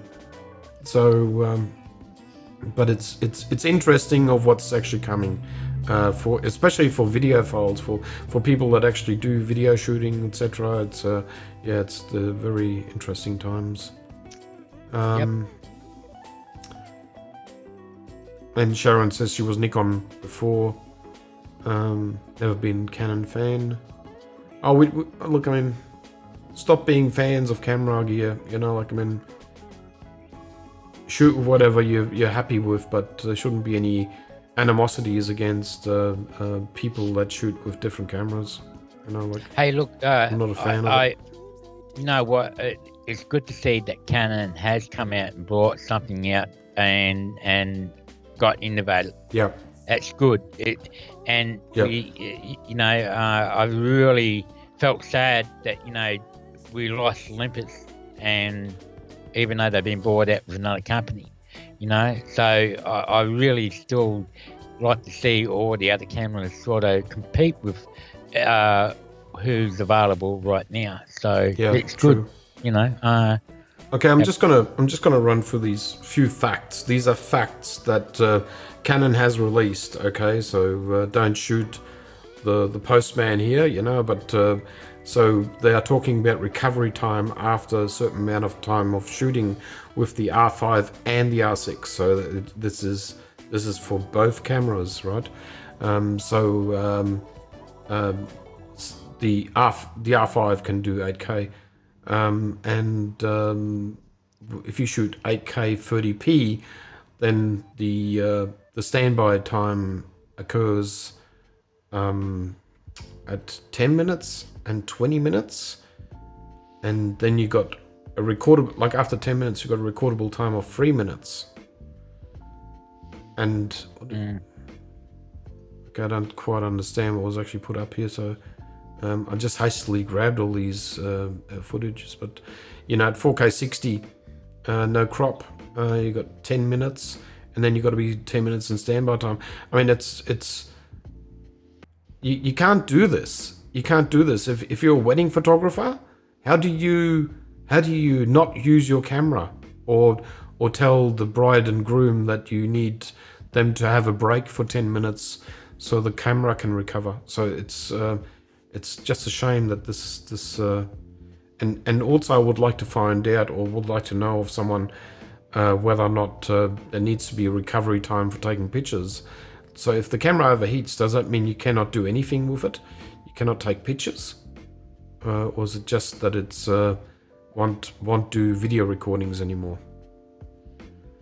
Yeah, I'm not 100% sure of this. Yeah, and as Jason said, the human eye can't distinguish between 4K and 8K. Yeah, but Jason, you're not quite getting why you would want 8K. 8K makes it possible for you to fetch images out of the video footage.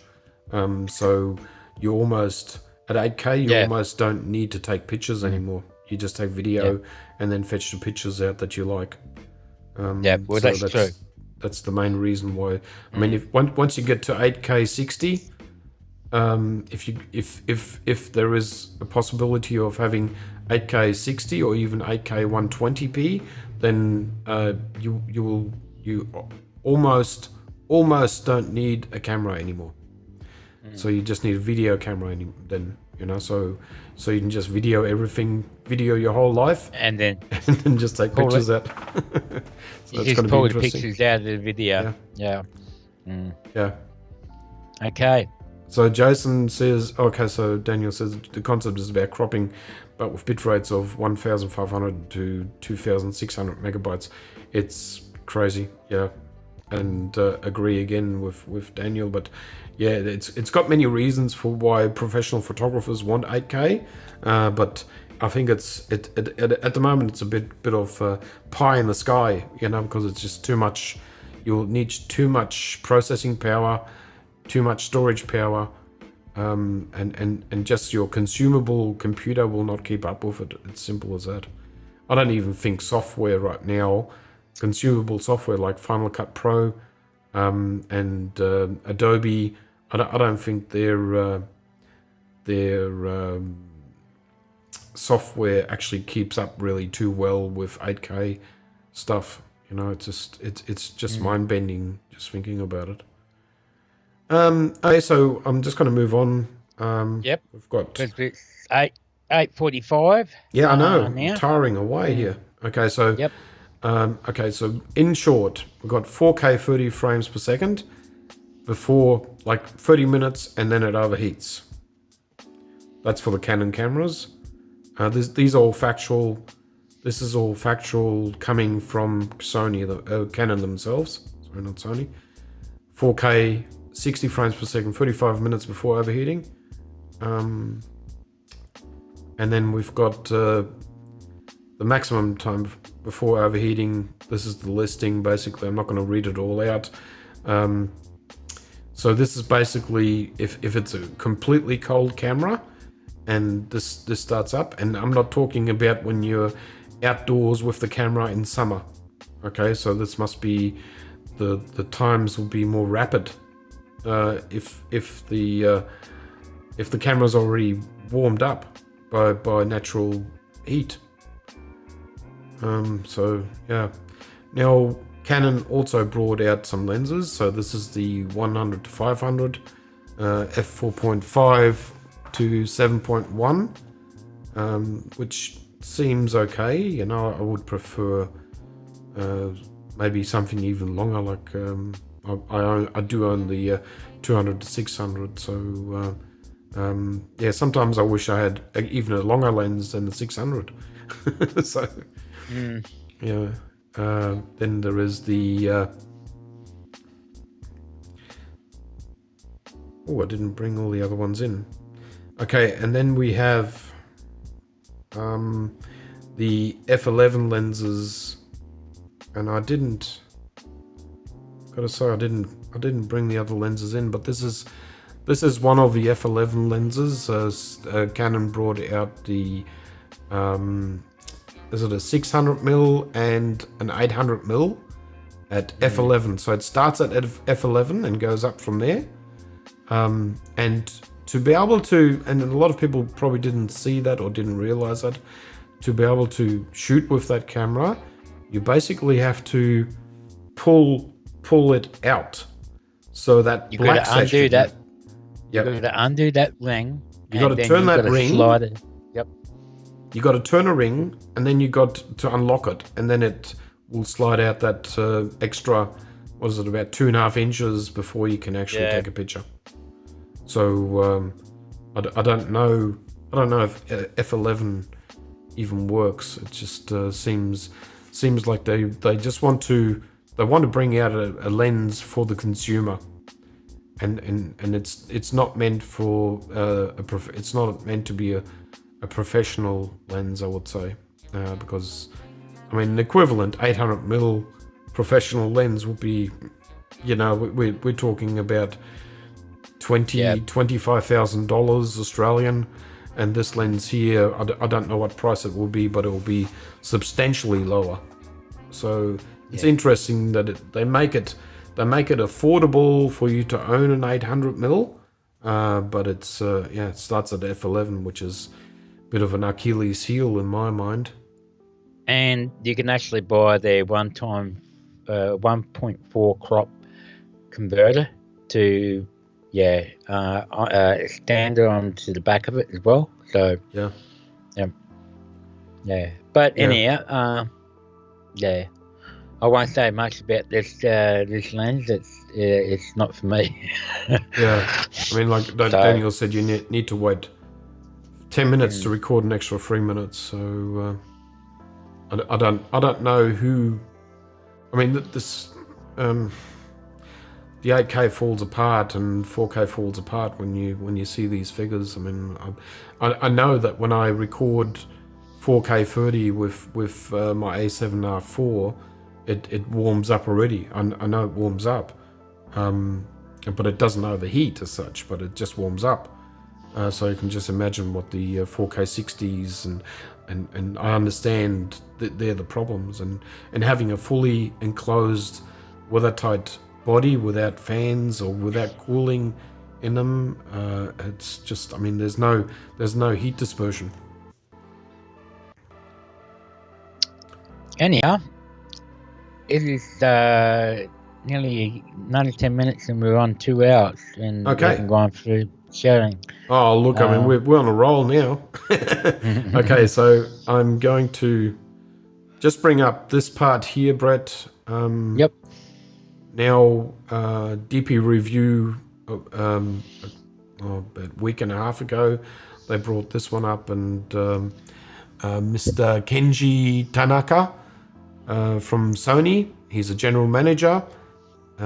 He basically said that we will see an A7S free, which is interesting. And I've just highlighted a few things here, Brett, and I'm not going to read it all out for apart from the highlighted parts. And he did state that the demand for video is now growing in every region of the world. And I mentioned that to you, that video is going to be a big growth factor for people to maybe look at when we come out of COVID and looking for work, maybe get savvy with video.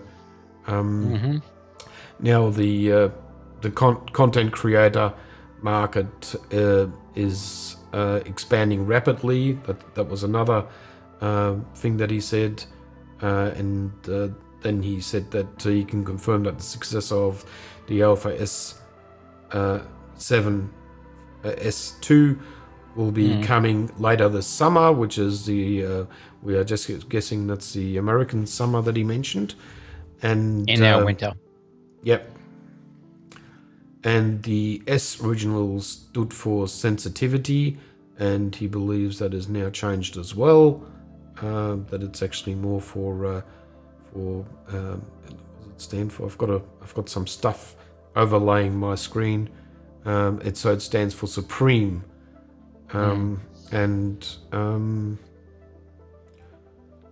Now, well, he knows that consumers are mainly concerned about 4K 60p and 10-bit 4.22.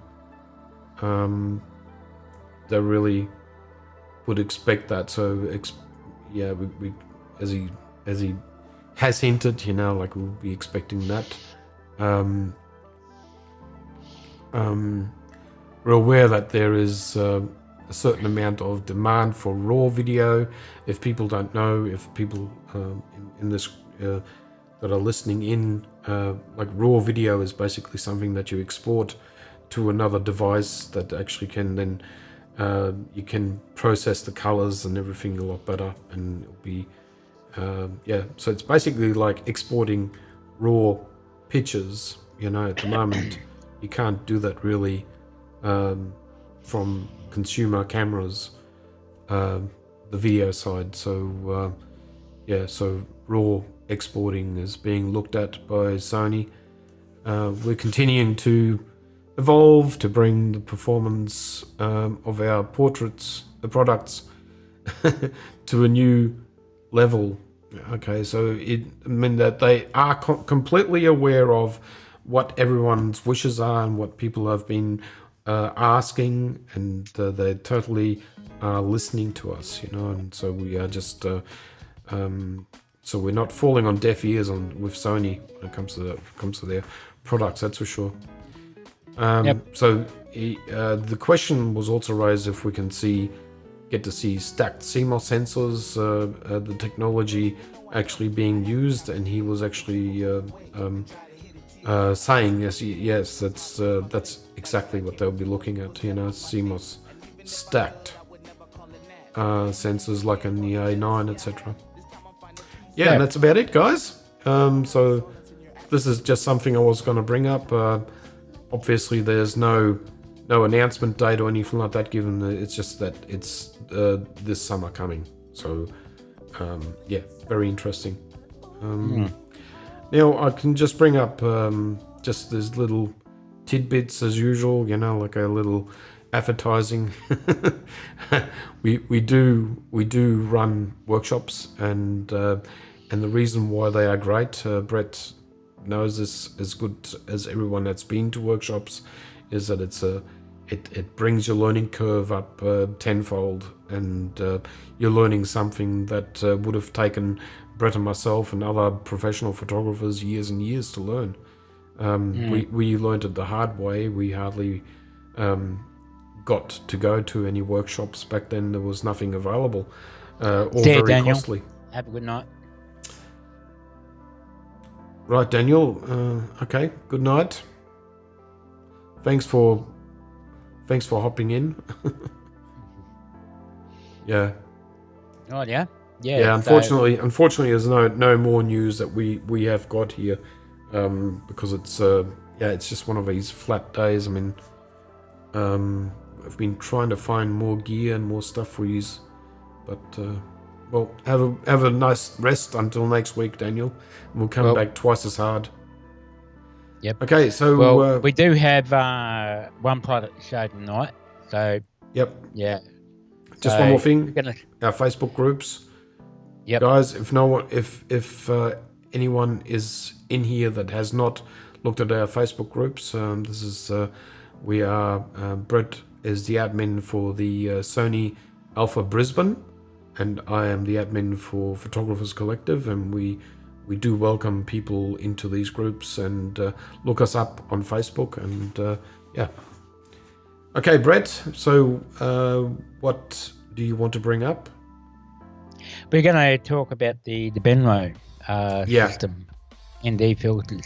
Yeah. So first of all, and obviously that Mark uses the same filters and that. Yep. It's just taken me a fair while for Benro to send me the latest one. And the reason why we're talking about this too, because we do have Sean in here too that is really interested in buying this these filter kits and that and so forth. So anyhow, what am I talking about? We are talking about the Benro FH100M2 filter kit, and I just need to bring my camera up and so I can see on myself. Yep, okay. So this is the Benro kit. And I might switch you over to your screen share and just see if. Oh no, hang on.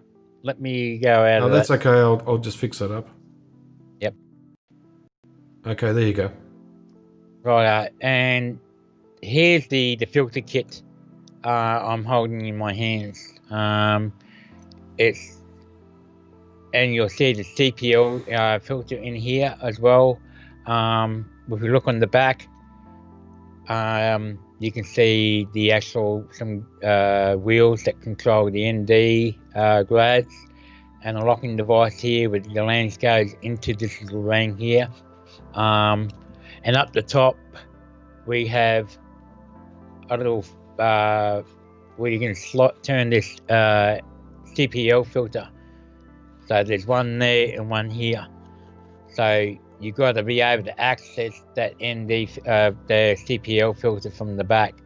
Otherwise, once you put your ND filters and CPL grads in the front, you won't be able to, but you can't turn it from the front anyhow.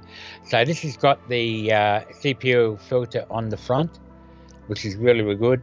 And I'll just show you quickly. And here's this is the 10 stop, known as the 1000 ND filter, and you'll see it's got these coatings and everything on it.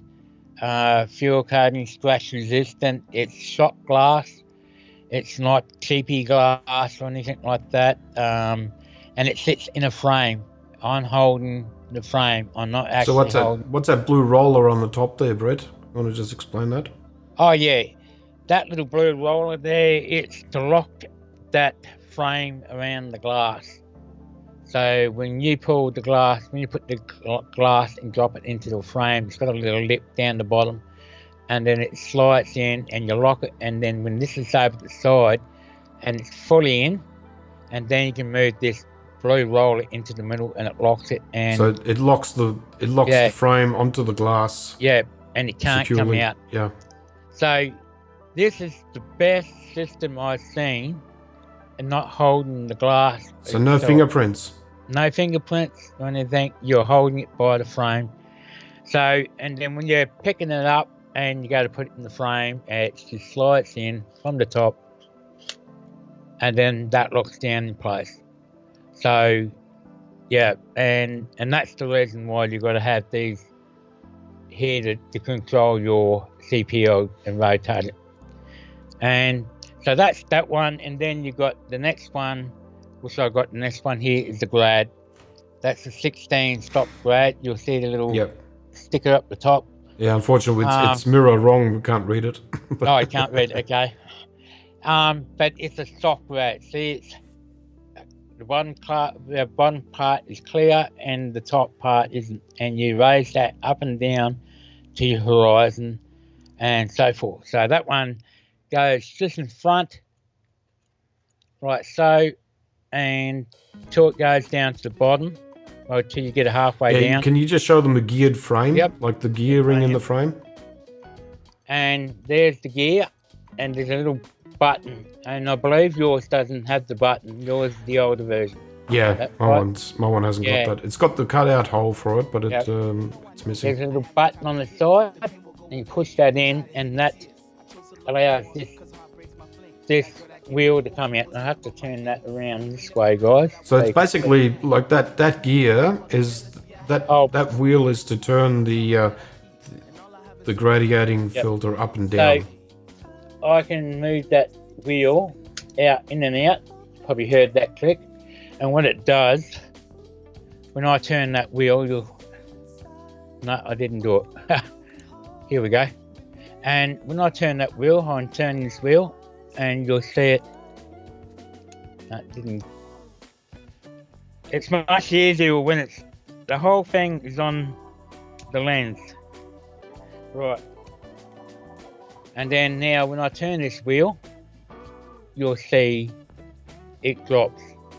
And I can control that precisely where I want that to be, up and down. So, yeah. And the whole thing, and you can actually turn it, rotate it as well. So it's basically all in one. You know, you can have another filter on top again. I think it only it only has 2. So, yeah. So you can do 2 grads or 1 ND and a grad of your so choice. there's plenty there. Yeah. But it's light, very light. The glass is much more heavy, and the actual frame itself, the holder and the frames. Yep. So guys, if no one has seen this before, it actually sits onto your lens. There's actually a ring that actually gets screwed onto the camera lens, and then you use that red tongue to you take that ring off, and that sits on the lens. If anyone wants to see that, I've made a video of it, and it's on my YouTube, so you can actually have a look at it and go through the motions there. But Brett used this yesterday when we went over to North Stradbroke Island and took some shots. He's actually put one of the pictures up, shot with this Benro filter, and you can go and have a look at that. Well, they can see it here. If oh my God, there was an accident outside. Was there? Yep. I've just heard it, so... Oh. I'll go and have a look down later. It's pretty hefty, like it shook the building. Ah, better check, mate. Yeah. Anyway, guys, now what else have we got there, Brett? I'll bring us back now. Oh, you want to show that photo I took with that for the minute? Yeah, do you want me to bring it back? Yep, got it. Sorry. You're right. I'm just hearing the car driving away. It's terrible. Yep, so there you go, and I'll bring that picture up, sorry. It shook me up a little bit, that's all. Yeah. You want to have a quick look out the window? Oh, no, I'll do it later. It's not relevant I heard for me that right now. I didn't know. Yeah. Okay, this is going to be a bit of a merry-go-round here, so... Okay, what's Sorry going about on? that, guys. Oh, yeah. Yeah, it's just the... Yeah. Okay, there's the actual picture. Yep. Is it on the main screen? There it is. Yeah, there it is now. So, this is one of the images that you see that I've already released today. And this was actually shot with the ND filter and CPL.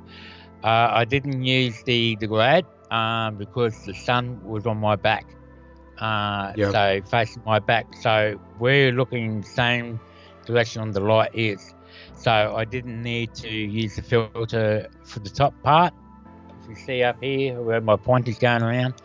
So, and the CPL gives you this more deeper blue and deeper greens if you look throughout the image, especially the aqua in the sea. This image is actually a how many 13-second exposure during daylight.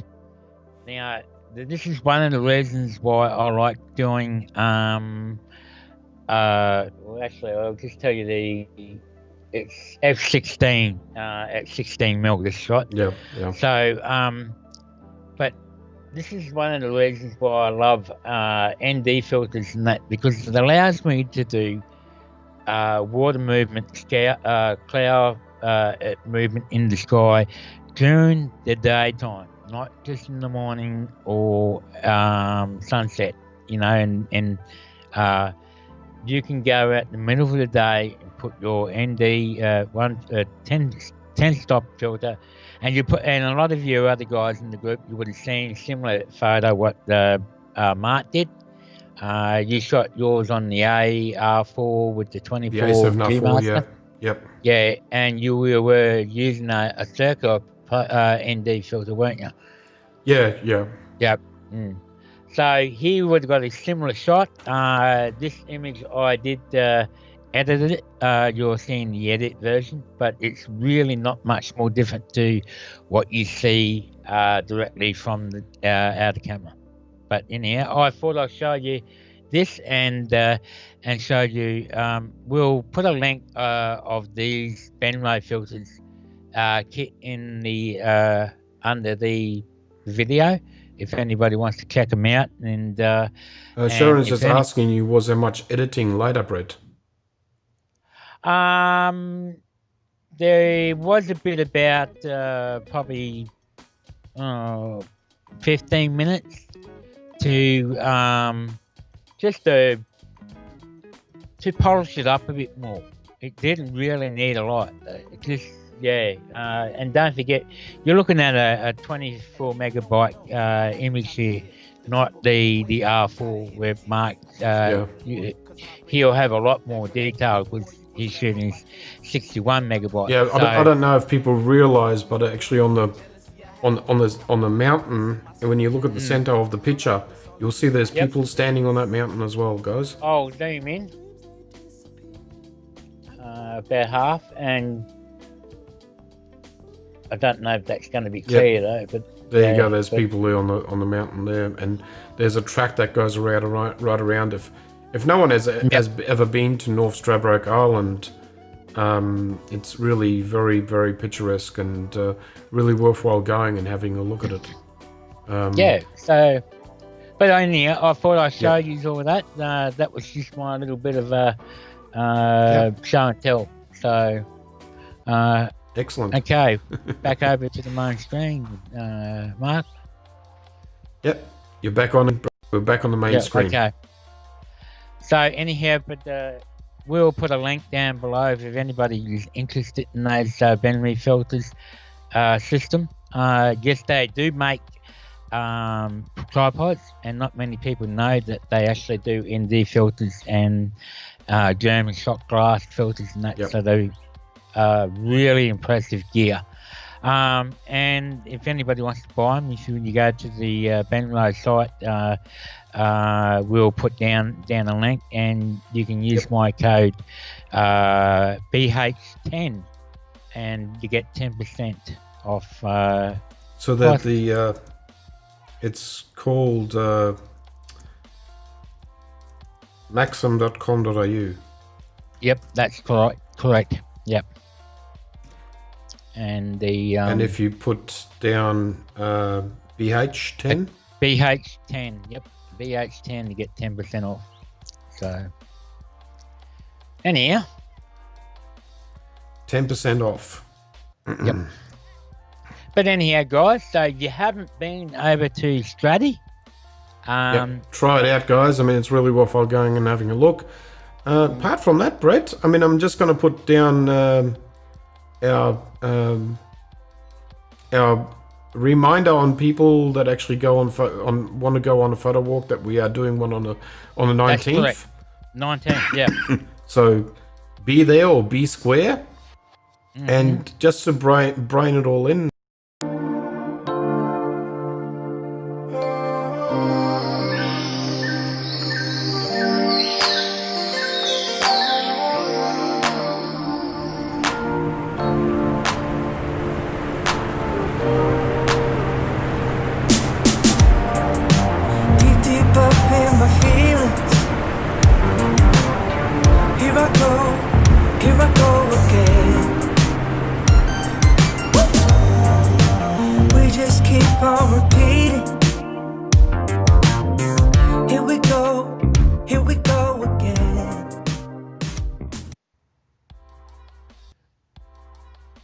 Okay, guys, so with that little bit of video, we're just going to leave yous all to the rest of your weekend, which is just about over, and it's going back to school, kiddies.